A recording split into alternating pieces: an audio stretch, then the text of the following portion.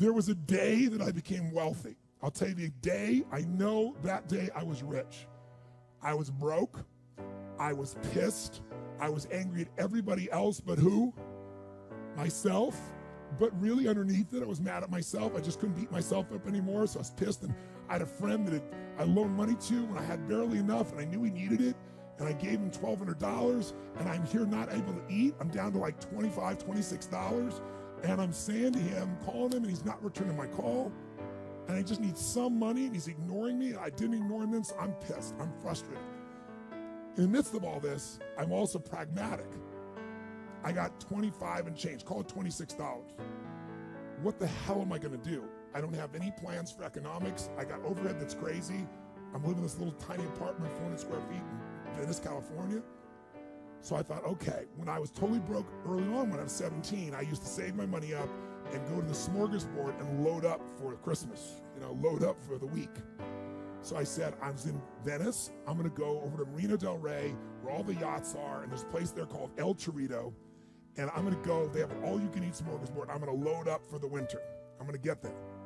So I didn't drive there because I wasn't gonna spend the gas to get there, plus I needed to walk, so I walked there. And I go in, I'm not dressed really great, but it's Marina del Rey, it's okay. And I got a place right by the window, and I can see these yachts going by, and I'm dreaming of what life could be like. And I'm starting to let go of my anger, and I'm starting to focus on what I want instead of what I don't want. How many follow? Say I. And that shifted me just a bit. And now I'm eating, which shifted me a lot. And I got this giant plate stacked up. And I don't know what the amount was. It was like, whatever it was, $6.95, $7.95, right? So I'm gonna do this. I could probably do this 3 or 4 times, right? Somewhere in that range. As I'm finishing my meal, this little boy comes in, dressed in a little suit. And I honestly don't know how old he'd be, probably in the 3rd grade, so maybe 8 years old, 9 years old, something like that.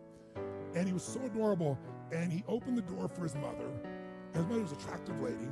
And he came over and he pulled out the seat for her, and she sat down. And she was a pretty lady, but as pretty as she was, I was totally obsessed with this boy. He had presence at 7 or 8 years old. And it moved me. I don't know why, it moved me. And I thought, this kid is like pure. I want him to always be this way. He's such a good kid, he's a giver. So I got up and I paid for the meal. And whatever it was, $6, $7. So now I've got whatever left, $17, $18, $19. And I walk up to this little boy, and I said, excuse me. And I said, I just want to acknowledge you for being such an extraordinary gentleman. I said, I saw the way you treated your lady, how you opened the door, how you pulled the chair out. I said, that's class. I said, my name's Tony, what's yours? I don't honestly remember his name, Charlie or something. And he looked up at me and I said, Charlie? I said, that's amazing, taking your date out for lunch like this. He goes, well, actually, she's my mom. And I said, that's even more cool. And he said, oh, but I'm not taking her lunch because I think he said he ate. I said, oh, yes, you are. I had no plan for this. I just reached in my pocket. I took all the money I had left, $17, $18, $19, and I put it on the table. I said, you're taking her to lunch. He looked up at me and he goes, I can't take that. I said, sure you can. He said, why? Because I'm bigger than you are. And he smiled real big, and I didn't even look at his mom. I just turned and walked away. And I didn't walk out of that door. I flew home. I should have been freaking out. How the fuck am I going to eat? But I didn't. I flew because something inside of me had finally got past scarcity. I finally realized there's something inside of us more than our limits, especially around this thing called money that I had let terrorize me.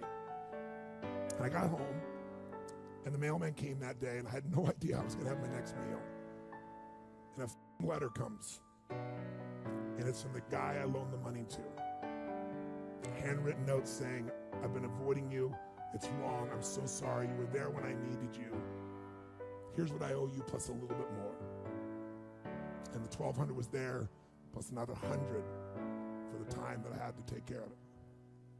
And for me, $1,300, that was enough to run my show for a month or two. And I cried. And then I decided, what does this mean? And I thought, this means that whenever you give, it's always going to come back, so you don't have to ever think about that again. Just give.